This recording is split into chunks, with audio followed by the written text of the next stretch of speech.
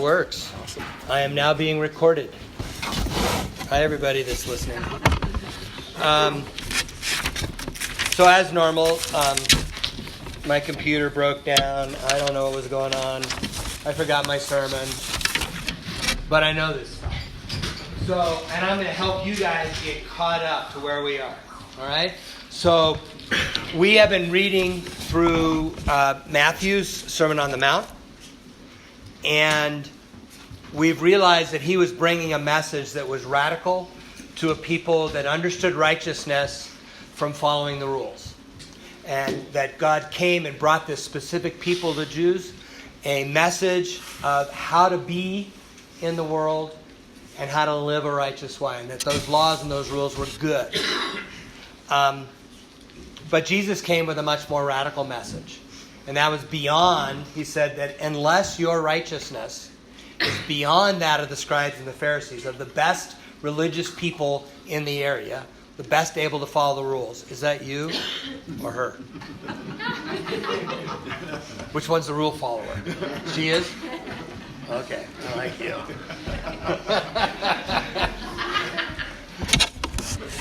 So that unless you're better at following the rules than the best person you know of at following the rules, you cannot enter the kingdom of heaven. That this kingdom of God that Jesus comes to preach about is something very different. And that the righteousness that Jesus is calling us to is very different than following the rules. The rules are good. And we'll give some good examples today. The rules are good. But the kind of love, the kind of righteousness that Jesus preached is this one that I've got up here that's my definition of righteousness. Righteous behavior is upright behavior that gives you an upright posture. When you do something wrong and your mom looks at you, what do? You go like this? Yeah. No, she doesn't? Oh, I like her even more. Okay? Most of us will respond to shame by going like this. Well, the opposite of this is upright behavior, where you can look mom in the eyes and you know she knows that you're doing well, right? That's uprightness. This upright behavior which builds, repairs, or maintains loyal, loving relationships with God and others so that it will go well for you, your family, and your community. That's Jesus' new definition. And for you guys, this loyal, loving thing is a Hebrew word, chesed, which is usually translated loving kindness or loyal loving kindness or covenant loyalty or grace or mercy or about a million things. I think the King James has got 18 different English translations for that. Paul wanted to find a word that translated chesed, and he picked an obscure Greek word that was agape. And that agape word got filled with this idea of chesed, and we usually translate that as sacrificial love, where it's not because you did something for me that I like, it's just that I'm going to sacrifice for you when you don't deserve it. Right? And so that is that loyal, loving relationship. So this character of God is what Jesus comes to focus on and to try to pull out of people. How many people can love others? My definition of this is to stay attached to others no matter what they do or don't do, no matter what value they add or what value they actually take away, even when they hurt you. How many of you can normally, naturally, and spontaneously continue to love and stay attached to people like that? Nobody. Good. That's his point here. Is that unless you have something more than you have, you can't do this. And that's what Jesus is talking about in these scriptures. If we go to the Romans verse, where's my phone? Where's my phone? Oh, I got it right here. There it is. If we go to the Romans 4 verse, I want to read the Passion Translation here. Because I like exactly how they do it. Let me use Abraham as an example. It's clear that humanly speaking, he was the founder of Judaism. What was his experience of being made right with God? being made upright. Was it his good works for keeping the law? No. For it was the things that he did, he would have something to boast about. But no one boasts before God. Listen to what the scriptures say. Because Abraham believed God's word, his faith transferred God's righteousness into his account. God's righteousness. When people work, they can earn wages. It can't be considered a free gift because they earned it. No one earns God's righteousness. It can only be transferred when we no longer rely upon our own works, but we believe in the one who powerfully declares the ungodly to be righteous in his eyes. It is faith that transfers God's righteousness into your account. And my main point there is that it's his righteousness that I can do this with. It's not mine. Because when I try hard, it doesn't work. So these two guys over here are really glad that you guys are here. Because I usually pick on them. Okay? There are two twin brothers that get along very well, but not all the time. Does that sound familiar? I'm going to look at these two sisters here. Yeah. Not all the time, right? Because sometimes she does stuff that you don't like. Right? And that's when you especially love her very well. It's not, is it? That's because you don't have what it takes unless you draw upon God's kind of love and God's kind of righteousness in that moment. Can you be the kind of person that your sister needs even when she's being, whatever word you use, when she's being that way? Right? And so that's what Jesus comes and talks about here in Matthew. Remember, we're in the midst of this, what the kingdom looks like among us. We talked about irritation with one's associates. We talked about some attraction and some unhealthy desires. We talked about unhappiness with a marriage partner. We talked about trying to get people to believe you, even when you may not be telling the truth. And today we're talking about being personally injured. What happens when you're injured? So, in the old world, and in our world today, if I come up and I slap Joe, what's he going to do? Normal playground stuff. Huh? Is he going to slap me back? Come on, those of you that have been recently on the playground. He's going to knock you down. He's going to knock me down. Okay? Right? And since I slapped him, he knocks me down. And since he knocked me down, I'm grabbing a baseball bat. And once I hit him with a baseball bat, in Idaho, he might be reaching for a weapon. Okay? And this escalation is what it looks like when human beings hurt each other. Even when we're in our own family. Is that not right? Even in our own family, someone does a little thing, so I do a little bit more. And then that little more needs a response that's a little bit more. And that needs a response that's a little bit more. And pretty soon, somebody that I love, I'm having an argument with. Right?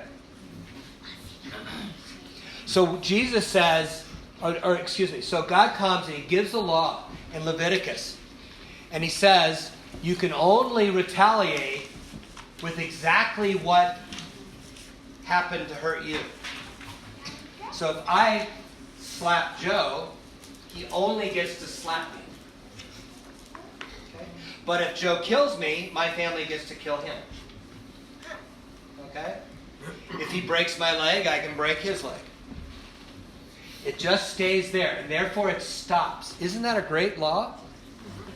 Wouldn't that, if you implemented that, would not all the violence stay at a lower level in our culture and all over the world? I think it would. What? I think it's a good law. Oh, because you know what the repercussions are. I know what the repercussions are. If I punch you, you get to punch me, and then we stop. Okay? That's a good law. And Jesus comes along and he says that's not kingdom righteousness. That's not this. He comes and he says that what we're going to do is we're going to not only not harm them, but we're going to help them. We're not only are we not going to harm them, as I find this verse, Matthew 5.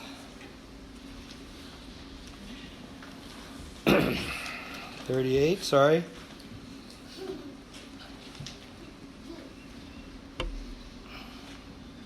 Your ancestors have also been taught, take an eye in exchange for an eye, a tooth in exchange for a tooth. And the Leviticus verse goes a little bit further and has a few more examples. However, I say to you, don't repay an evil act with another evil act. But whoever insults you by slapping you on the right cheek, turn the other one as well. What?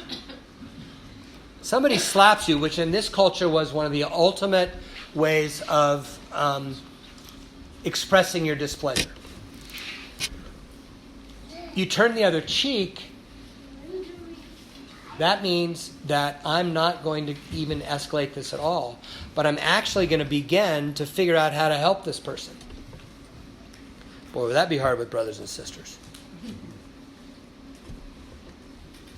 If someone is determined to sue you and wins and get your coat, your outer layer, give them the shirt off your back as a gift in return. You take your shirt off, your undergarment, and give them that too, your t-shirt. And should people in authority take advantage of you, and this time the Roman soldiers had the ability to take anybody and say, I've got a heavy burden to carry, you need to carry it a mile. And that was the law. Okay? Now, if the law was you have to carry it a mile, what do you do at the end of the mile? Drop it. Right? Go back to what you were doing. I don't have to carry this any further. Jesus comes along and says, do more than what they demanded. Take it 2 miles.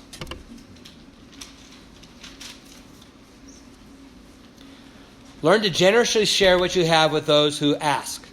And don't close your heart to one who comes to borrow from you. If family comes and asks something of you, you kind of are obliged to give it to them, aren't you? Yeah. If somebody's done something for you, you should do something for them. Okay? Jesus is saying, even when they don't have any history with you and they ask, give it to them.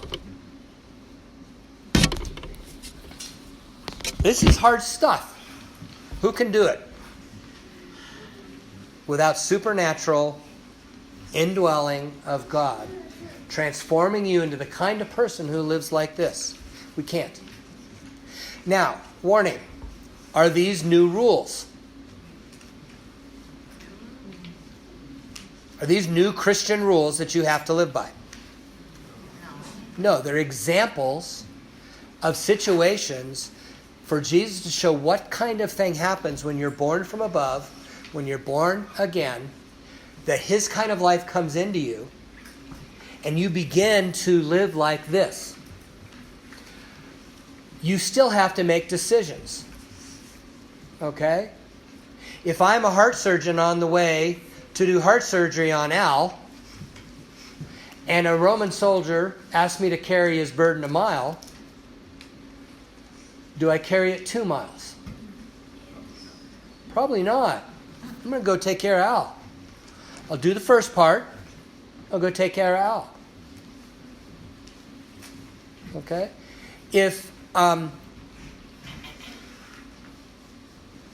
there's lots of situations where I've got to make decisions, where giving someone my coat, I'm legally bound to give them my coat because I lost the lawsuit, but he's got plenty of clothes. Do I give him my clothes, my shirt? Maybe not. Maybe yes. Or do I go give it to the rescue mission, which has got some new flyers in the background that I haven't seen? Are those new that you brought from the meeting? They're really good. Maybe I give it to the rescue mission, or maybe it's my only T-shirt. So these aren't new rules. I don't have to do these, But this is the kind of thing that comes when I begin to act this way. I tend to give people the help that they need by engaging with God and figuring out who they are. Who is my brother? Who is my sister? What do they like? What do they need? Why are they angry at me? Right? And the difficulty here for you guys is you missed the last few where we've already, over here, we've already dealt with our anger and our contempt and our malice. And God has filled us so much that we no longer struggle with that anymore. You didn't miss it. And if we were dealing with that, that would make all of this much easier, right? And it's one of the reasons why Jesus orders this sermon this way, is that we are continually working on our anger and our contempt and trying to become this kind of person as we access the power of God in our lives. And so this kind of upright behavior is possible. So here's a question for you. And actually I'll put a bunch of these on the back there. Suppose Jesus talked about a specific injury that happens often to you. Okay? What is that? Is there something an injury that keeps happening to you? Anybody? You don't? Okay, disagreement for you. I want you all to hold that in your head. What is it often happens to you, and there's usually another person that's often doing that. It's not on this, not in this verse. How would a kingdom person respond to that? And if you ask that question, and then I ask you, how many times do you fail at that? Right? What do you need in that moment? Do you need to try harder? How many of you have tried harder? Okay. Does it work? No. You need to access a power greater than you and ask God for His kind of love, His kind of hesed, so that I can respond in this way that Jesus talks about, so that I can be part of this kingdom kind of life where I practice this, and then normally, naturally, and spontaneously, I begin to love others just the way Jesus loved me. And that's what this section's about. And next one's having an enemy, and what do I do with them? And that's even harder.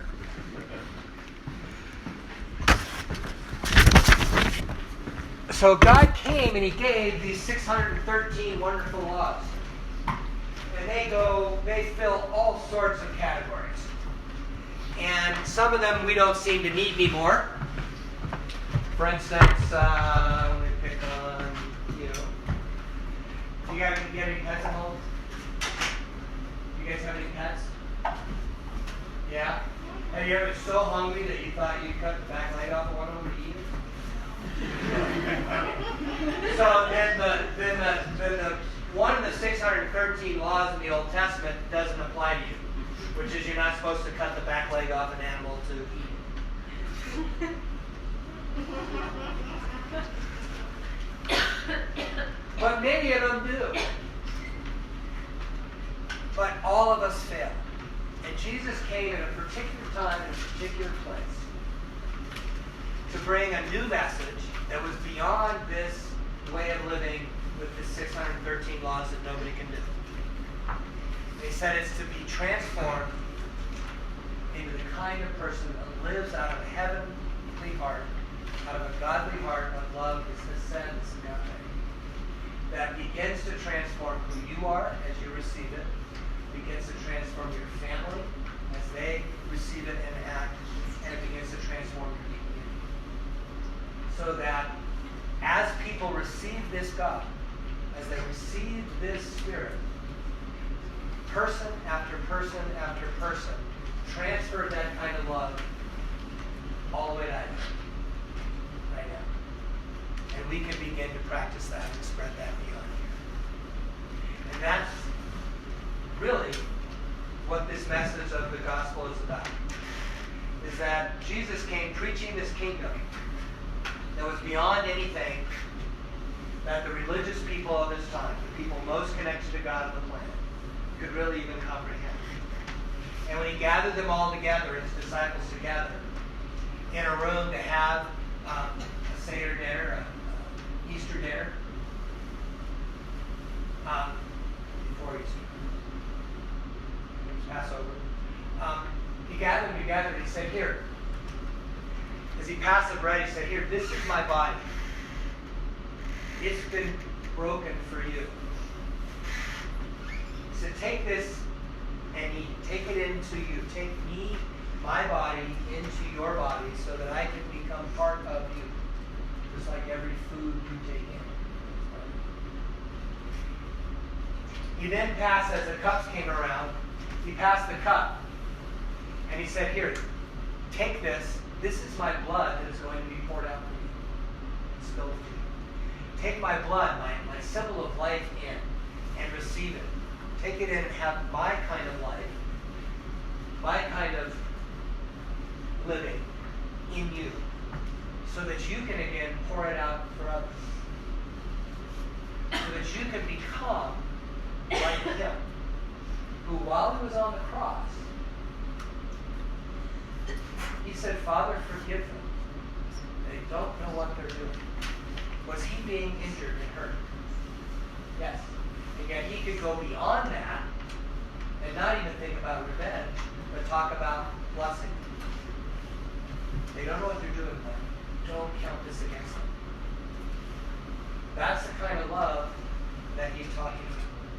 And so when we come for communion, you're coming up to share his life with you so that you can begin the process of filling your life with him and his love for you, even though you didn't earn it, you didn't deserve it, so that you can begin to do that for others that didn't earn it for you and don't deserve it from you, and actually may even be earning it.